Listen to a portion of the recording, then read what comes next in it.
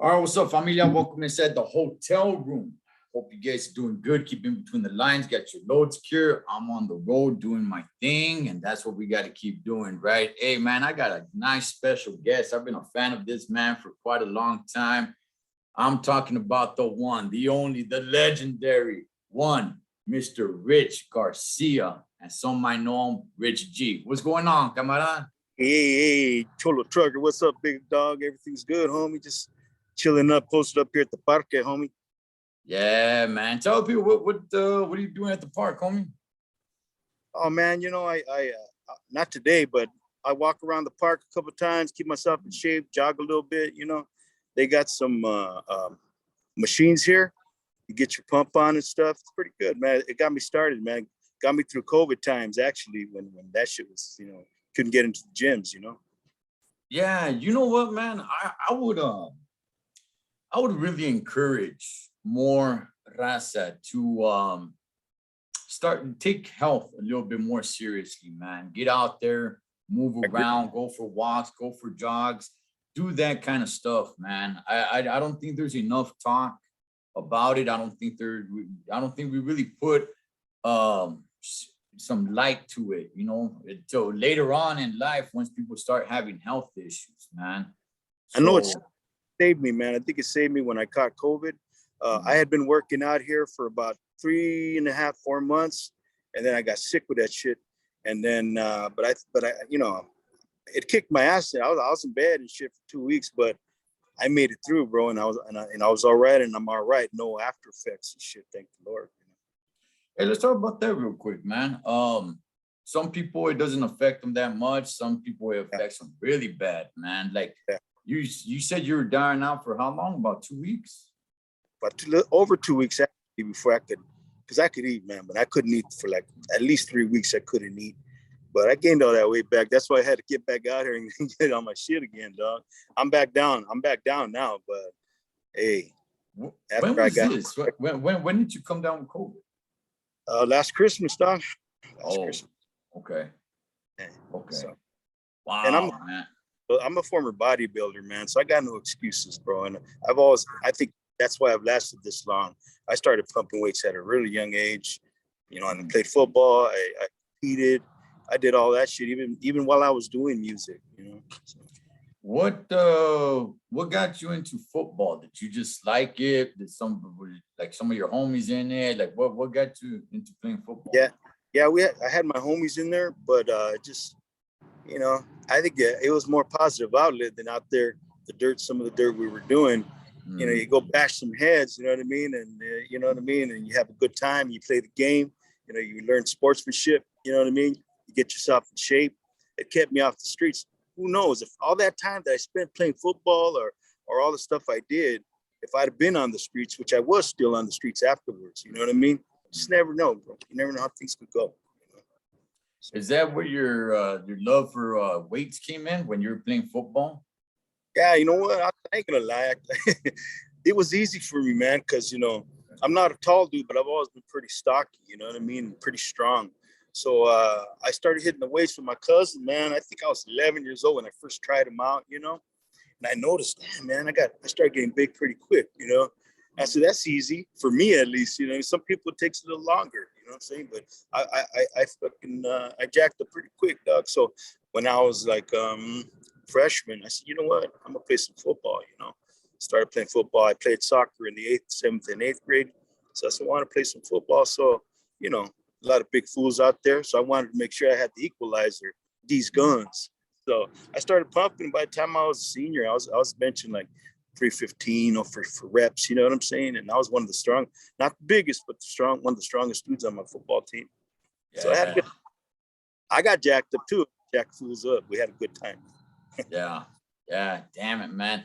It's something that I always kind of think, man. It's like you see a lot of raza, man, that they're involved in sports and little leagues and Pop Warner football and all that stuff. Yeah. Why do you think, Vatos ain't making it to the pros, dog? It seems like they don't really like they do it, right? They play sports. And some people are really good at it.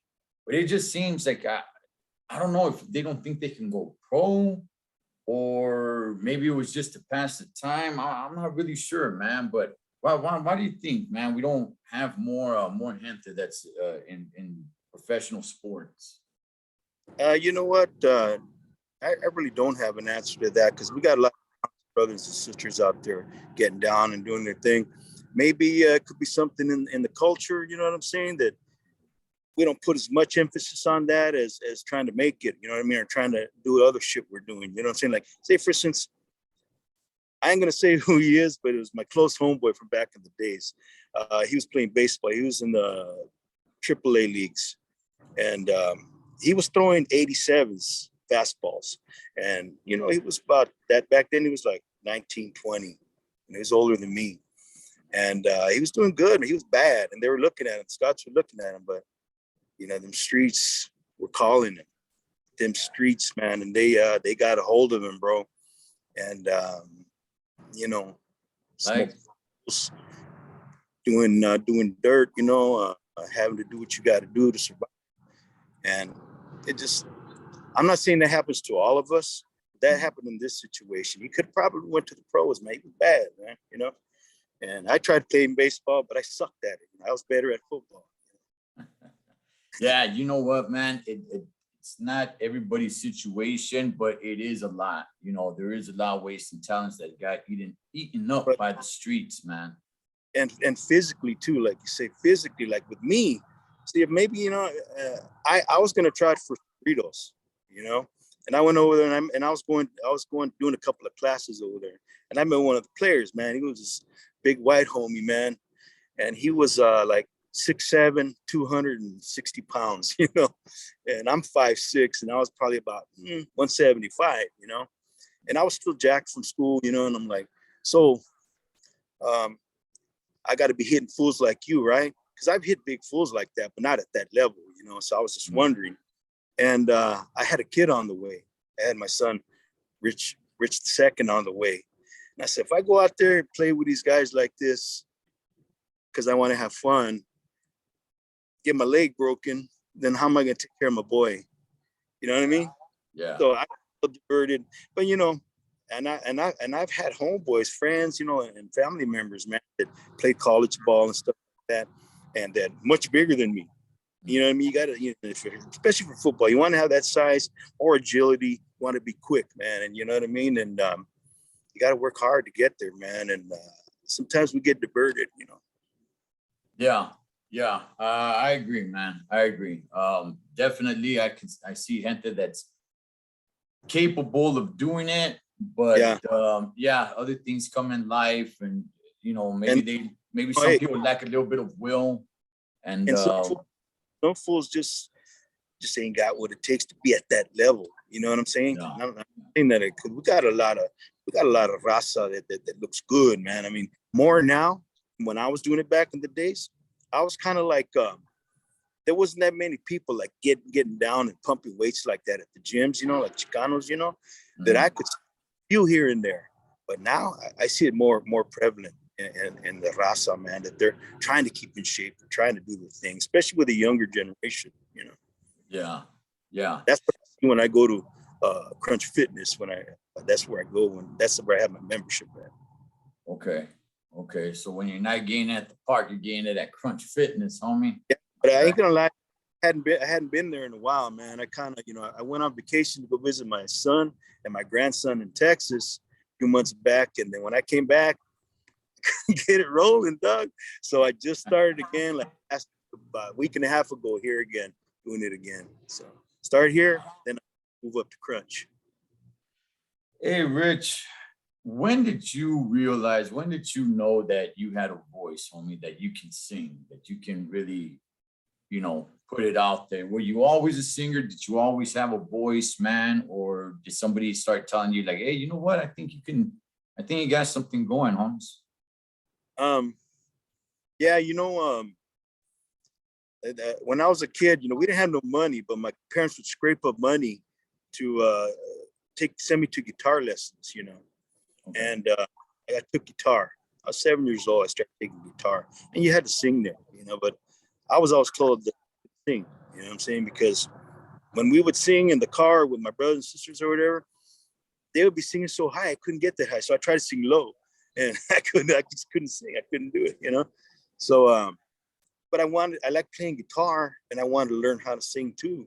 I think I was about 10 years old. So I just said, fuck what everybody says. I didn't say it as a kid, but I said, I'm just going to practice with myself and see what I can do, you know? So I started singing to myself, blah, blah, blah. Then I started getting a little more bolder with it. I thought I sounded good. You know, we all think we sound good in the shower and shit.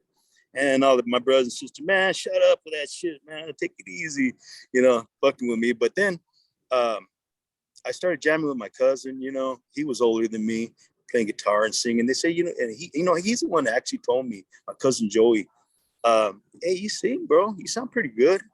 And I said, yeah. So we started a little group when I was like 13 years old, you know, and we were doo-wopping up there. This is when I lived in the Bay Area for a while. Me, him, homie named Winston, just doo-wopping with each other. And then, you know, we never did nothing with it. I kept going, you know. Came back down to Norwalk and started hanging with the homies. And at one time, you know, we wanted to start a band. Yeah, we wanted to be like Cheech and Chong. We want to start the band, eh?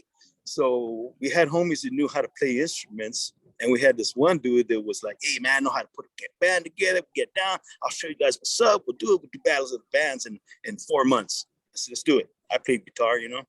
So we started getting down. We started, you know, just doo-wopping on the corners, you know, like, you know, sad girl, you know, shit like that, you know. And the homies looked at me like, homie, you could sing, dog. I said, really? You know, I thought I was sounding, you know, good in the shower and shit, but all right, appreciate it, you know. The homie that his name was Tom, that was putting the band together.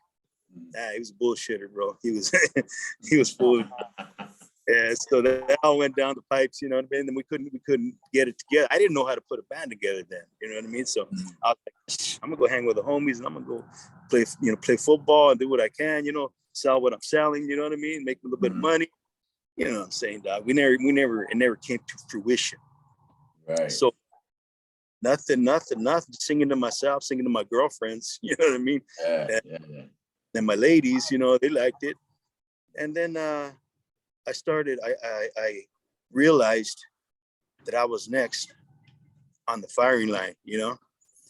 And my mother came up to me. She was crying and she was like, mijo, she goes, I don't know if I'm gonna wake up one day and find you dead in an alley or what, the way you're going. You need to do something. You're killing me, you know? I was like, fuck, you know? So I told her I would straighten my shit out. So I moved away and I started going to church. Linked up with a nice lady, a girl, you know what I mean? And I started going to church, and one time they hit me up, right? And they were like, hey, you play guitar, right? And I said, yeah. The youth pastor over there, he goes, hey, would you put a little youth group together, like a little band, you know? I said, yeah, I'll be able to get down, see what's up, you know? Mm-hmm. And we put these guys together, and we had a singer, and I was just gonna play guitar and show them the chords and show them how to do the music, you know? Mm-hmm. And this fool, he got up there, started singing the song, and he sucked up. You went like, damn, better. I think I sound better than that with a bathroom echo, dog. But I didn't want to say nothing. And all, yeah. But his brother was like, damn, Sam, your voice all right, bro? And, so he goes, if you guys want to try it, you try it. I go, let me give it a try. So I gave it a try, and they were like, oh shit, no, you're the singer. So what right. They did for me is we performed for the pastor and all the people that Sunday, I think it was, or the youth day. I was 19 years old. Mm.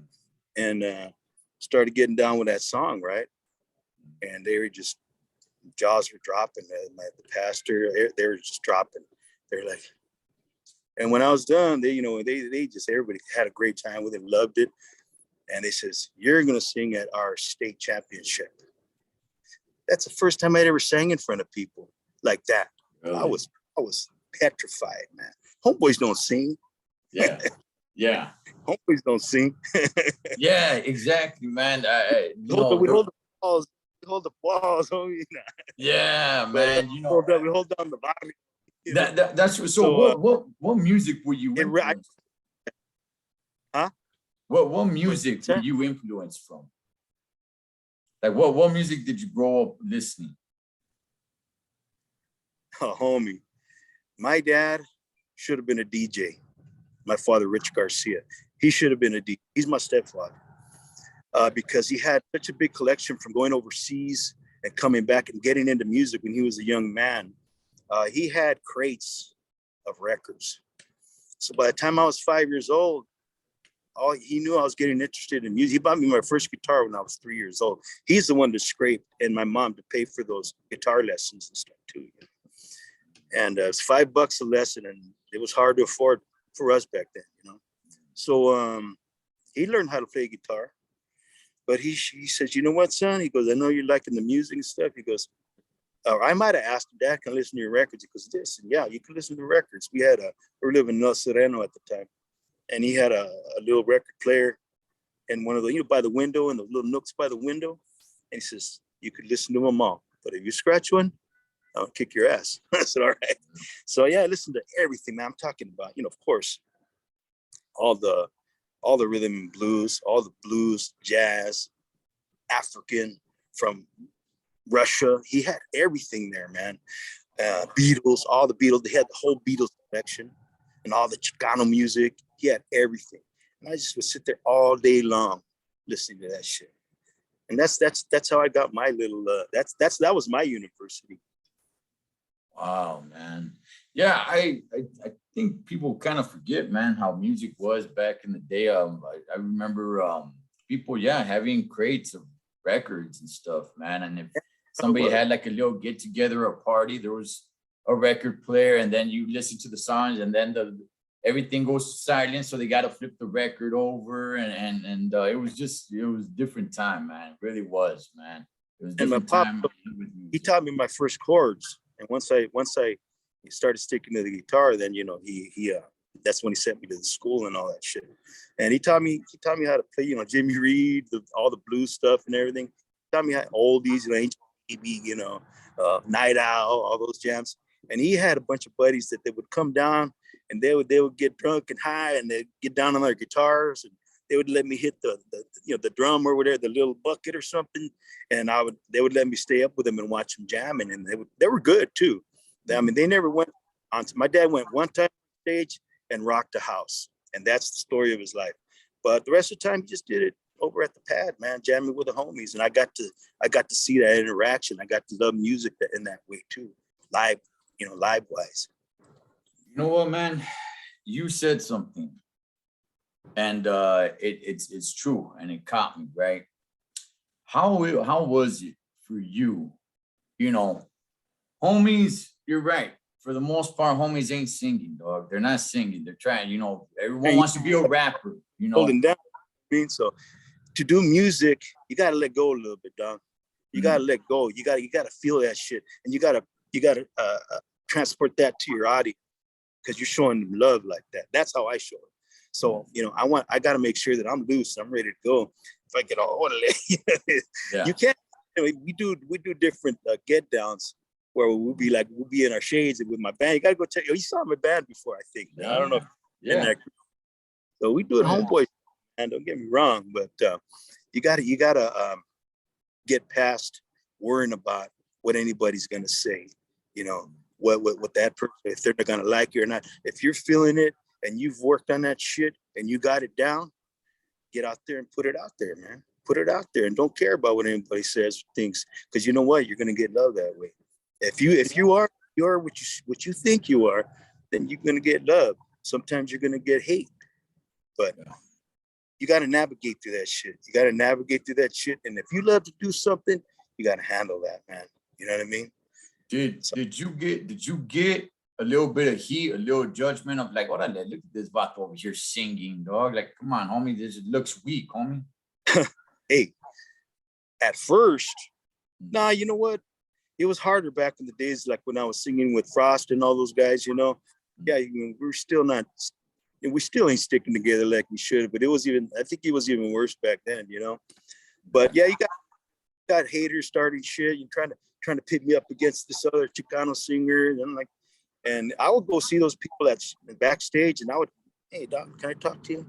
We're trying to go to the same place here, so I heard you understand. I understand you're saying that I got a beef with the homie when I don't. What's going on? Yeah, I'll hit them up, and then and of course they would deny it or whatever. And then that's the way I handled it. We needed to be more together. We were all going the same direction, and I think if we would have been more together, we would have went further. And we came pretty close, with Easy E. When we got to that point, we came pretty damn close to really busted it out worldwide like a piñata. Was the Midnight Cruisers, was that your first band that you started? Yeah, I did play in a church band with my biological father. Oh, we played in a church band for a couple of years. That wasn't my band. My band that I started is the Midnight Cruisers. Yeah. How's your relationship with your old man, with your biological father? I mean, we're good, man. We're good. He wasn't really there. You know what I'm saying? But I honor my parents, dog, and we're good. I mean, like, so we keep in touch. I make sure he's cool. He makes sure we talk and shit. But yeah, it ain't like a father and son, close, hey, dad kind of thing. I have that with my stepdad because he's the one that raised me. Okay. He's the one that's been Richard Garcia. So yeah.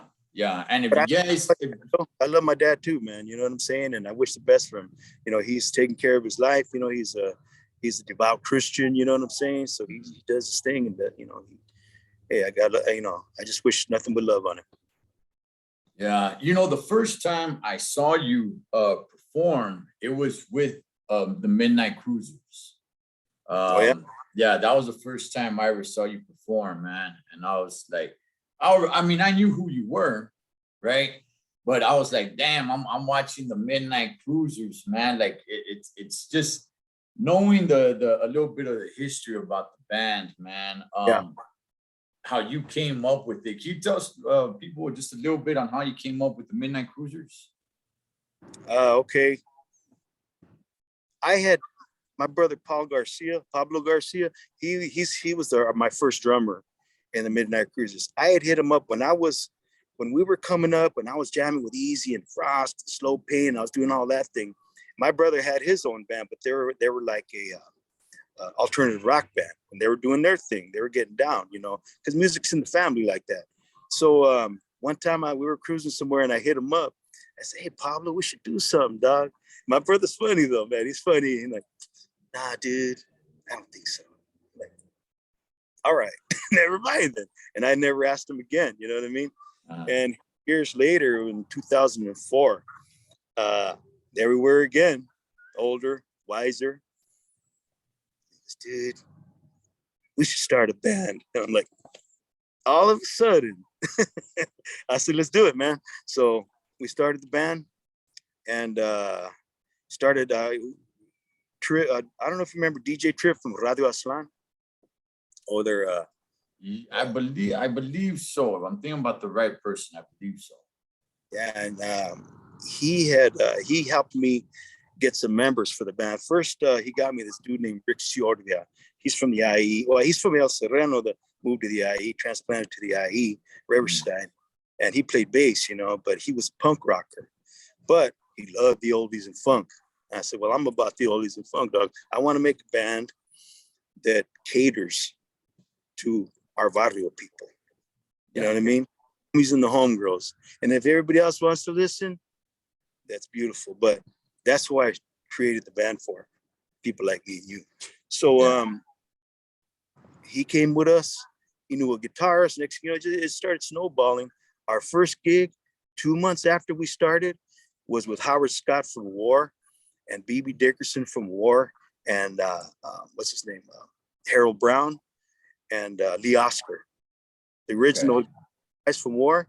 We opened up 2 months after I started, because of my connections, of course. But hey, man, it was scary, but it was the greatest time of my life at that time. How'd you go about, now more recent years, how'd you go about and getting Alvia Cadena to be in the Midnight Cruisers? Oh man, we're blessed. We had our girl Jade, our first girl singer. That's the first singer that I decided, let's bring some girls in, man. Add some flavor to this, And so we brought Jade in, and Jade was fire, man. Fire. But you know, she had things, she had other obligations, you know what I'm saying? But it's all love for her, you know. And I said, all right, girl. So I was asking my girlfriend, Moni B, and she's like, I got some girls, because she manages acts too, Okay. Moni B Henley. And she goes, I got all these girls. Do you want to check them out? You know, so she would send me clips of them. When I heard Alvia, I was like, oh, can you have her come down for an audition? She goes, yeah. And she set it all up. And Alvia was like, she loves to sing the oldies. She had that voice, you know what I mean? And she meshed right in there, bro. We were so blessed, and still jamming with her, having a great time. And when she takes off, then it is what it is. I have to, you know, get us. And Yeah, no, yeah, shout outs to Adria Cadena, man. She's a real cool girl, man. I know all my Midnight Cruisers and all my Brown Siders. Yeah, and you're talking about Moni B, the one that sang Linda Chicana with Pepe Marquez. Yeah, yeah. So let's you just mentioned Brownside, man. What a legendary Chicano group, dog. I was a kid. You know, I was a kid when some of these old school rap, Chicano rap started coming around, you know, with like Lighter Shade of Brown, Frost, Proper Dos, Spanish Fly. Brownside always stuck out to me. Toker. Yeah. I just, damn, man. It was just something else, man. You know, when I would be bumping that, you know, I'm a little chavalillo, dog, you know, and I'm riding my bike with a Walkman or something, being like, yeah, hell yeah, homie, that's right, man. Like, man, it was something different, man. And just the name was capturing to me, Brownside, right? Yeah. And I was just digging the hell out of it, man. And I was like, Some hell yeah, funny, this is badass. you know what I was gonna name my band? What's that? The one back in the hood days that we never started, Brown Sound. Go ahead. I'm gonna throw a little tidbit in. Go ahead, man. So that's crazy. When And I heard Brownside, right? That's when I thought that the game was changed and we were gonna see just an explosion for, you know, Chicano rap, because I don't even remember it being called Chicano rap. It was just rap. You know, I don't remember. Maybe somebody was calling it Chicano rap. I don't remember anybody saying, "Oh, it's Chicano rap." It was just rap. They got to label everything. You know how it goes, dog. You know, because it was on a different level, because it wasn't just, they weren't tripping on the skills of it. You know what I mean? Which I thought they did pretty good, bro. They were telling their stories. It was coming from the heart. It was coming from the gut. You know what I mean? It was coming from the fucking dirt in the barrio. You know what I mean? That's why I feel shit, man. And when I first met Toker, man, I knew that motherfucker was real, man. I knew that brother was real. So I was like, oh, I recognize this, you know. Was your first song with them the Rest in Peace? Yeah. That was the very first song that you did with them? Okay. Yeah, you know, I think that's probably the first time that I actually heard you as well, with that song. And then later on, man, hearing it, and I'm like, hey, who's this Vato Gangster Life in the City? I'm like, man, who is this? This dude is badass, man. You know, because I didn't, you know, at that time, man, you know, hearing somebody sing in rap, let alone, you know, Chicanos and everything, man. I didn't really, down then, Doug. yeah, I didn't really hear about that, man. And you're over there, you know, mixing it in, dog, putting your flavor, homie. And I was just like, damn, this is badass. That's why my thought process was like, this is it. Bam. It's nice. Going low. Yeah. What happened? Because it seemed like there was a time right there where everything just stopped. Yeah. What happened, man? Well, you know, man, Toker caught the case. Easy died. You know, Tony, that knocked Tony's feet that knocked the rug from under Tony's feet and our feet. You know, I was ready to sign with Sony Japan, and Easy was backing me up. He was going with me to sign with Sony Japan. Contracts were all there, Mhm. ready to go. I had 2 songs left on my album, and I had ALT on there. I had Slow Pain on there, man, and I think I had Mellow on there too, man. And we was doing our thing. We were putting it together, you know. And Easy was back in the sub, and Ruthless, and like I said, Sony Japan. And it wasn't just me. It was Frost was going to go with that deal too. Of course, the Brown side. I think Slow was in there too at the time. ALT, and we were all gonna, you know, it was gonna be a good thing for us. And then that's the, and first I heard about it, I went into the studio because I had seen Easy like 2 weeks before. I went into the studio and he was in there mixing the track to Thuggish Ruggish Bone. Okay. And he was just there with his fro. No rapping on there. His fro was up. He's like, and I'm there with Julio G. We're pumping weights because I was at the G spot in Almani. There was weights in the corner, right? We were driving back. I was still driving. And me and him were pumping Julio G. And then I'm like, what's that all about, dog? Some way out new shit, huh? And he goes, yeah, man, that's this fool's called Bone, man. Bone Thugs and Harmony. That's just, that he's gonna put them on. Then, you know, we're gonna follow all that, you know. I said, that shit's banging, dog. And you know, and then it was I think 2 weeks later, a few weeks later after that is when I came to the studio to work on my other song. I was working with the guys from the Daz band, and he said, hey dog, he goes, Easy sick, man. And I said, what happened? He goes, he's got bronchitis.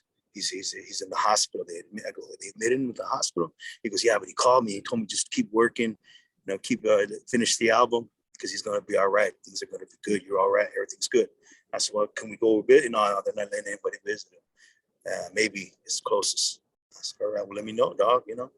And it seems just one more week after that, bro.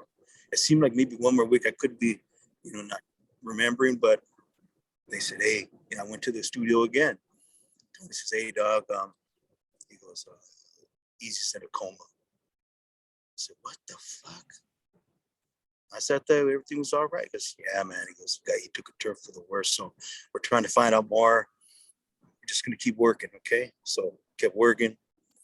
It seemed just another week after that is when he was gone, man. He was gone. Yeah, damn. Thing that worked so hard for, and that Tony had built too. Tony G, DJ Tony G had built all of this, man. He was the guy behind it. He was the backbone behind all this, our thing over there, you know. And I just can imagine, you know, how he must have felt, you know. And I had to go get a highlight, man. Yeah, I saw you on an interview, man, where you talked about that. So you're working with the buses, right? The Metro. I was a diesel and seat mechanic. Well, why do you think Easy had such an interest to work with Chicano rappers? I mean, for one thing, he had been around Latinos all his life. He grew up with them. Him and Tony go way back to when they were like, I think 17, in their teens. And he knew Tony used to do you know, he was DJing all over the place. So, you know, he knew Easy. He used to do, when NWA, the first shows that they did, Tony did their lighting and their setup, their stage setup. So, I mean, they go way back, you know what I mean? And, but I think Easy, for one thing, he was smart. He was an awesome businessman. And he saw the wave coming, dog, the brown wave. He saw it coming, but he had love for us and he treated us that way.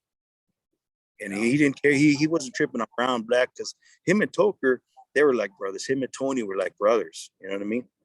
You know, me, I mean, like I had just met him, you know what I mean? But he was always good to me. If I needed a few extra C notes or whatever, you need some more, you good, man? All right, you know. And I never got a chance to really get deep in it with him because he passed away. You know? So. Yeah, and I, you know, I saw Toker, you know, when he was still with us. I saw that he was still really good with Easy's family. And yeah, he would have done anything for them. Yeah. Yeah.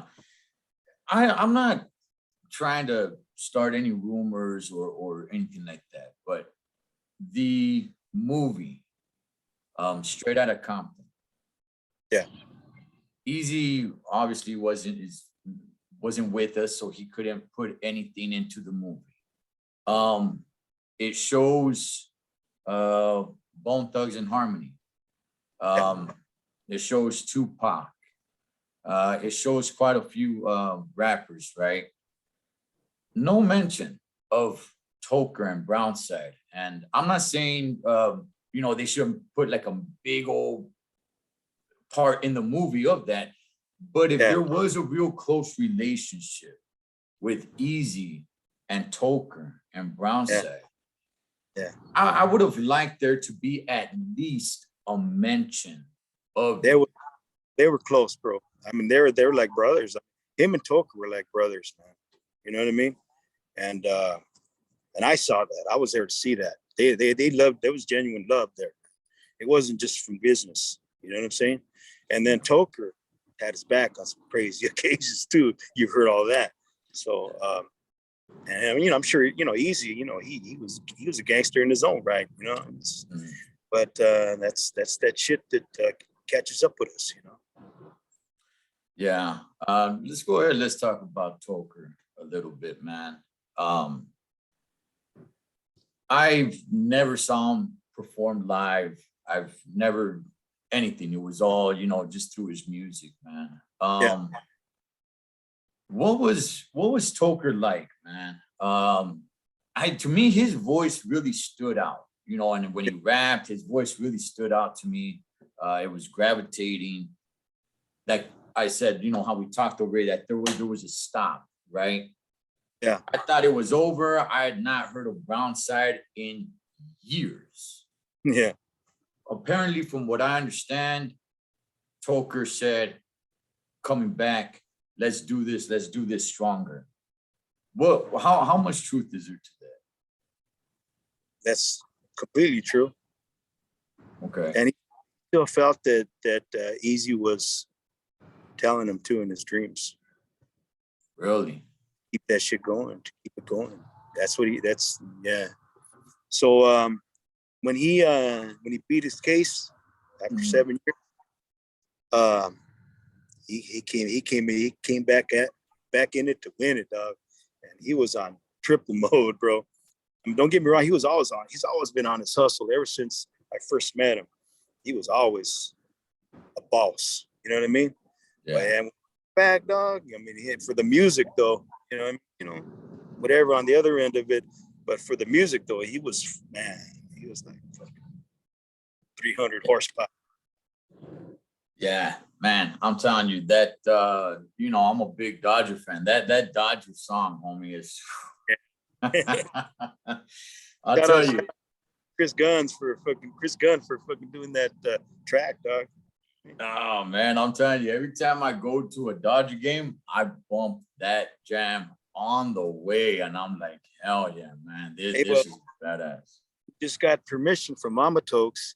I mean, I just worked the deal, to put it in Mr. Homicide's Mr. Homicide's movie that he's doing, Higher Power. And I'm in there too. And got a bunch of people helping Raza out. That's what I'm loving about that. And it's positive. It's a gangster movie, but with that twist, you know what I mean? With that positive twist, you know what I'm saying? I'm feeling, so lot of badass real actors in there. See, I'm a singer. I started helping the homie out. He started doing it on his own. You know what I mean? And I said, yeah, I'll help you out, dog. I'll show up. I can act a little bit. I can act hood rat or whatever. So we did our little thing. You know what I mean? And he's it's been like snowballing, man, and he's got some really serious actors in, like Chicanismo in there, man. It's pretty dope, man, and Latino actors in there. What happened to the Brownside store? I remember when it first opened, it was huge, and I was like, oh man, you know what? I got to go there one day, and I never got a chance to go there. By the time I wanted to go, it wasn't there anymore, man. What happened? Times there. After everything went down, from what I understand, Mama Tokes, she had to take care of the boy. And it was just, the online store was enough, working, everything she had going on. It was just too much. And, and to have to keep an eye on the store way out in LA too. And she was living further away, you know, so it was just too much, bro. You know, too much to upkeep and to have to worry about dealing with what she had to deal with back at that time, you know. So Yeah, that's pretty much what I'm feeling and what happened, you know. definitely understandable, man. That's what I kind of figured, man. What was the industry before the differences that you see, like you just mentioned a little while ago, talking about how raza supporting one another today? What was the industry back in the day to today? What differences do you see? Well, when like I said, when things were going good, there was a feeling, man. There was a feeling like shit's about to pop off. We were excited, you know what I mean? But within my own little cracked up head, I'm thinking, well, is this really gonna happen to me? A fucking vato from the barrio like me? Yeah. Is it gonna happen for me? Like, are you serious? You know what I mean? But in the back of my mind, I'm like, wait a minute. You know what I mean? So, but we think like that sometimes because, you know, we just can't believe something that good could happen to us sometimes, you know what I mean? But and then it didn't. Maybe our own minds did it. Maybe we flipped the universe. I don't know. But no, we were happy, man. And the difference that I see back then is back then, you know, you could sell CDs out of your trunk and make a living. You could sign with a company and try to get a decent deal, but get paid, you know, up front. You know what I mean? And they would do all that shit for you though back then. And now it's different because you could do it all yourself. You just gotta get you a good team going. You know what I mean? Have a little. You need capital, of course, and you can put your own videos out cheap. I put my shit out, and it's not that expensive. You know, it's not. You know, it's not. What's that guy's name? It's not, you know, Taylor Swift or any of that kind of shit. Not big time shit. No, we express ourselves the way we express ourselves, and I'm hoping people will like it. You know? How does one make money in the music industry today? Like nobody's buying CDs, nobody's buying records, nobody's buying tapes, cassettes.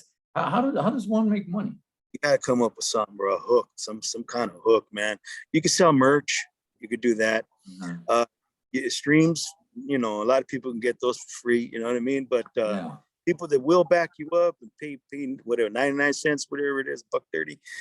That's cool too, and I appreciate that. You know what I'm saying? Mm-hmm. Can't really make money out. Back then, they would sell records, and Right. if you sold, you know, if you went gold, which is 500,000 back then, you made a nice little chunk of change. It's different. It's harder to make money now. So where I'm gonna make my money right now is barely starting my company and everything, is doing live shows. Okay. So brothers and sisters gotta back me up, man. You know what I mean? I need to do some live shows, keep me rolling with my company, you know. So Yeah. trying to working on too is building up with not only with my band, but building up the Rich G shows too.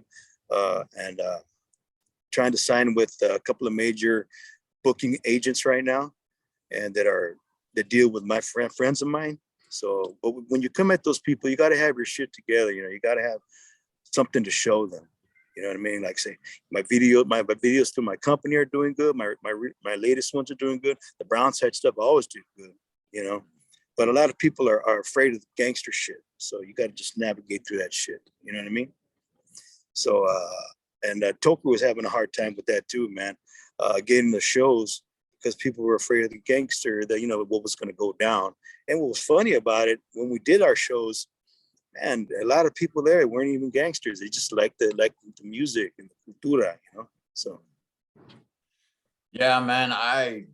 You know, when you're talking about music videos and everything now, you know, once upon a time, you just watch music videos on TV, you know, yeah, like MTV. For those that don't remember, MTV actually showed music videos once upon a time. You know, that's not the case. But now, man, there's videos all over YouTube. You know, when I saw your video, man, of what's the name of that jam? The summer one. Damn it, you do it with Little Tokes. I think it's like Gangster Summer. Gangster Summer. Yeah. Yeah, man. Hey, I'm telling you, man, you cannot get me to stop bumping that jam, homie. That's awesome. Awesome. Glad you liked it, man. Oh man. Hope came up with some great ideas. I don't know. That was my idea, that one, but he always put his, he always had such good ideas, man. Sometimes he like homie to homie.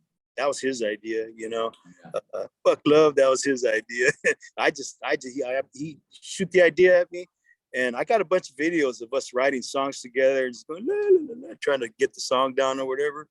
And I got a bunch of videos like that, but I may have to release those on the Brownside channel because I don't think I could do that on my channel because I don't own the full rights to that music. So I would have to work a deal out. You know what I mean? Right now, people that use Brownside music without paying them could get flagged on the YouTube channel, which I was part of it, but I don't own the whole thing. So I don't want to even take the chance of getting my YouTube channel flagged. You know what I mean? Because I heard it's hard. So so if you're going to be taking Brownside stuff, better watch out, man. They're looking for you. Hey, something I wondered, why did Toke decide to live where was he, in Rosarito? Yeah. Why did he decide to move down there? Well, he was on his way back, and he was down there because when he first beat the case, they try to keep him from coming back. You know what I mean?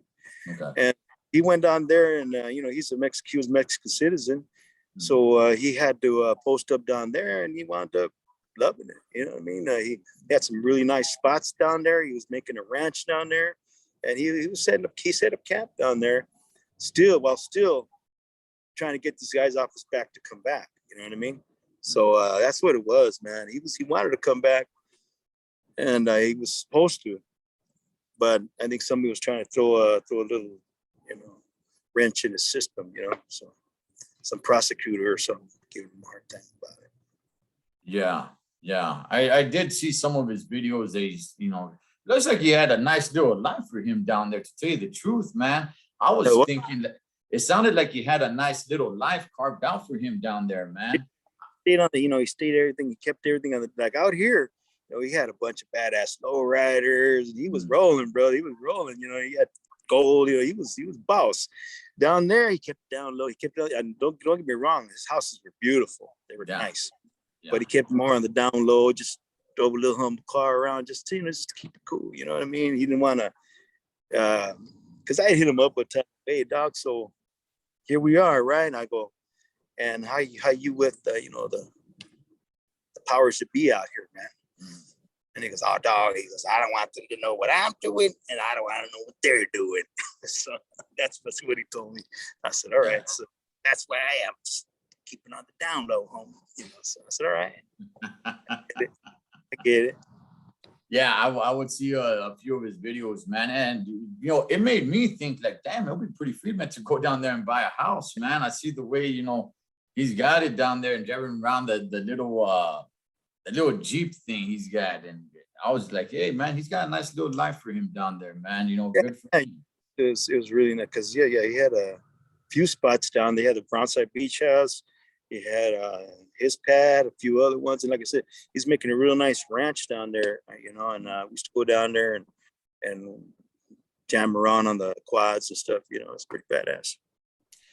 Rich, have you been doing more work with music in these last few years than you were before?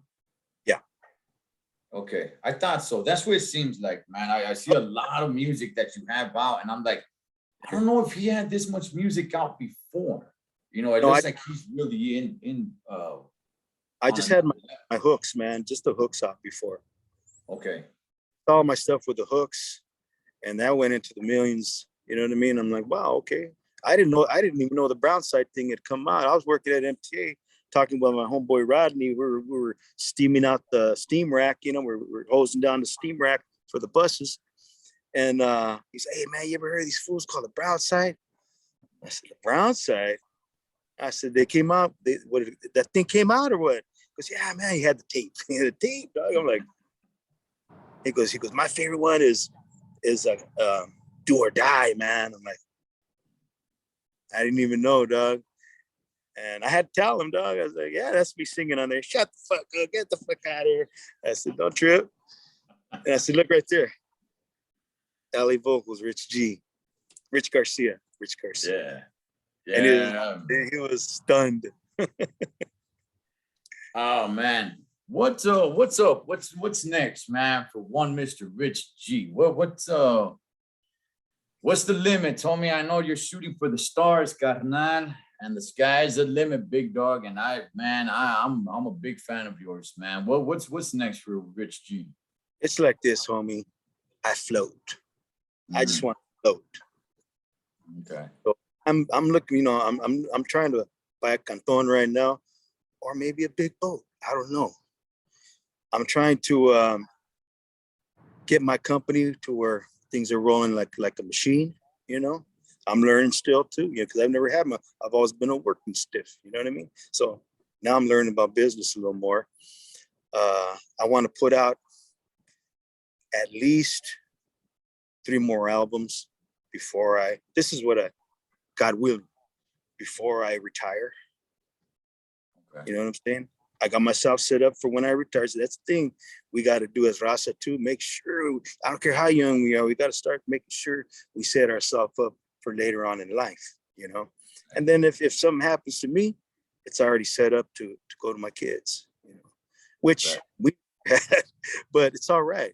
It was good for us. You know what I mean? It was a struggle. Yeah, I agree with you 100%, man. I'm hoping people can get together a little bit better, man, and start establishing and looking at the bigger picture and future. And yeah, I do want to. Right now, I'm only putting my music out with my company. I want to see how that goes, but I mean, I have no problem with maybe looking at some young prospects. You know what I mean? Some young rappers, singers. You know what I mean? Of all cultures, it doesn't matter to me. We're good, you know. In the future, that I'm looking to do that. Maybe put out some good music. You know. Okay. Yeah. And you know what, man? When I first met you, you weren't even performing, homie. You were just there just to enjoy the night and listen to the music, man, just like I was.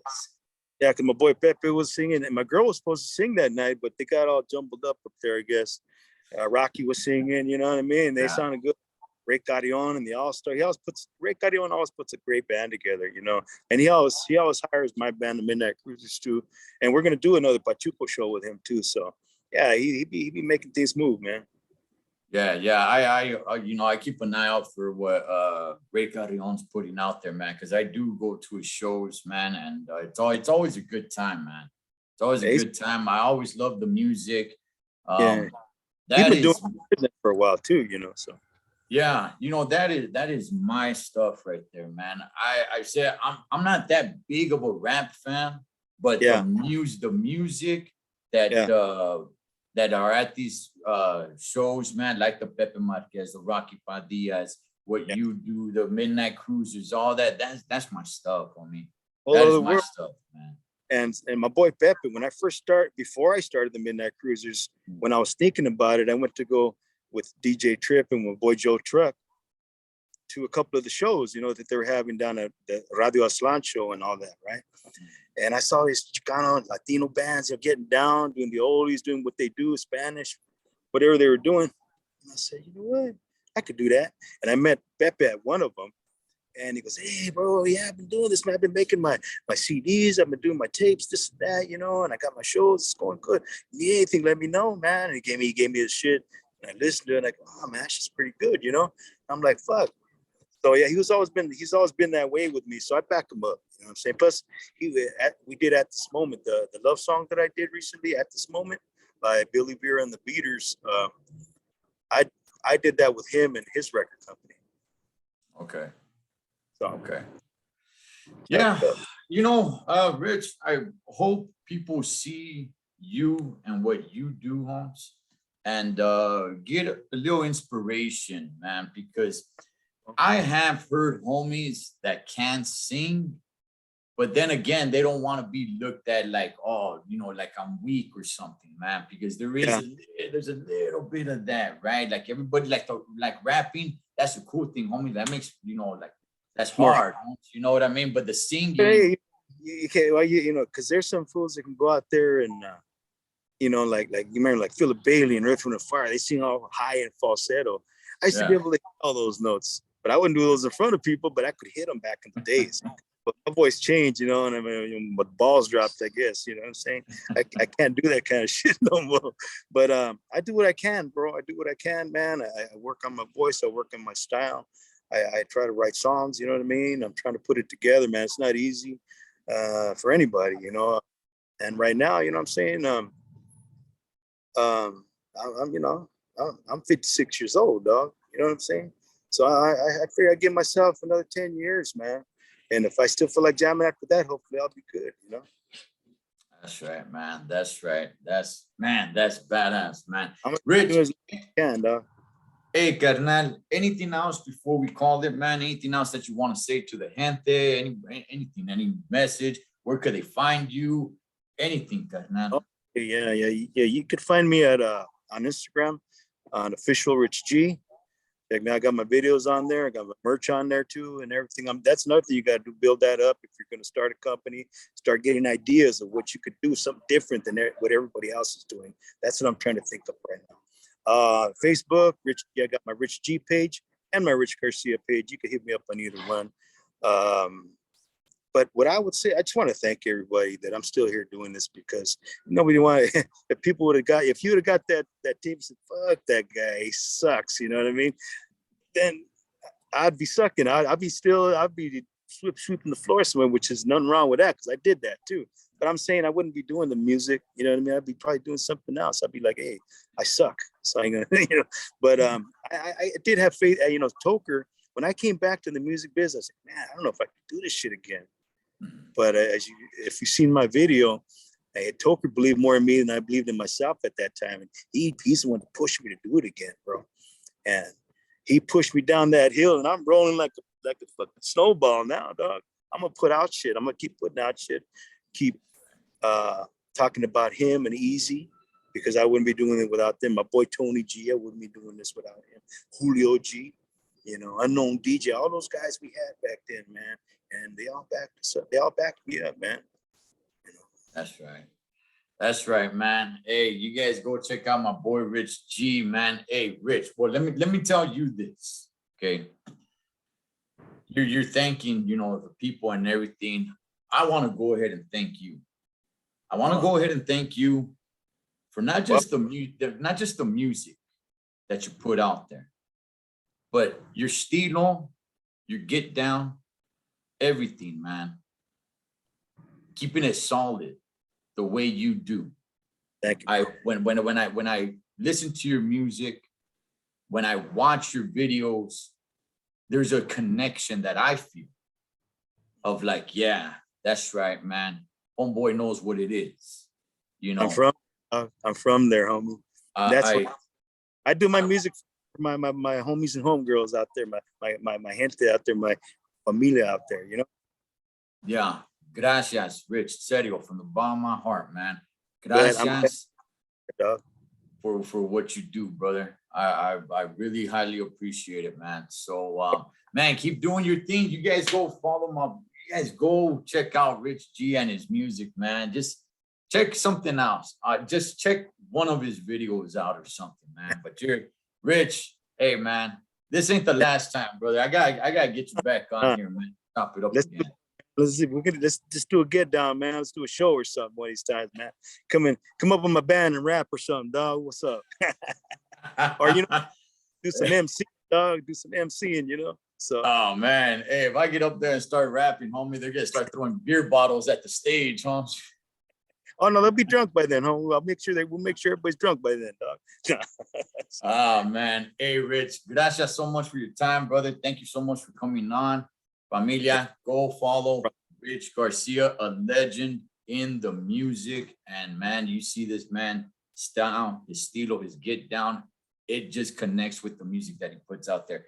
Gracias, Rich. That's what we're gonna call it for now. As always, familia, live your life like you're on the road. Be aware of your surroundings and always keep it safe. This is blood makes you gay, but loyalty makes you family. Until next time, this is Ed the Thecholotrucker for the legendary Rich Garcia. Over and out.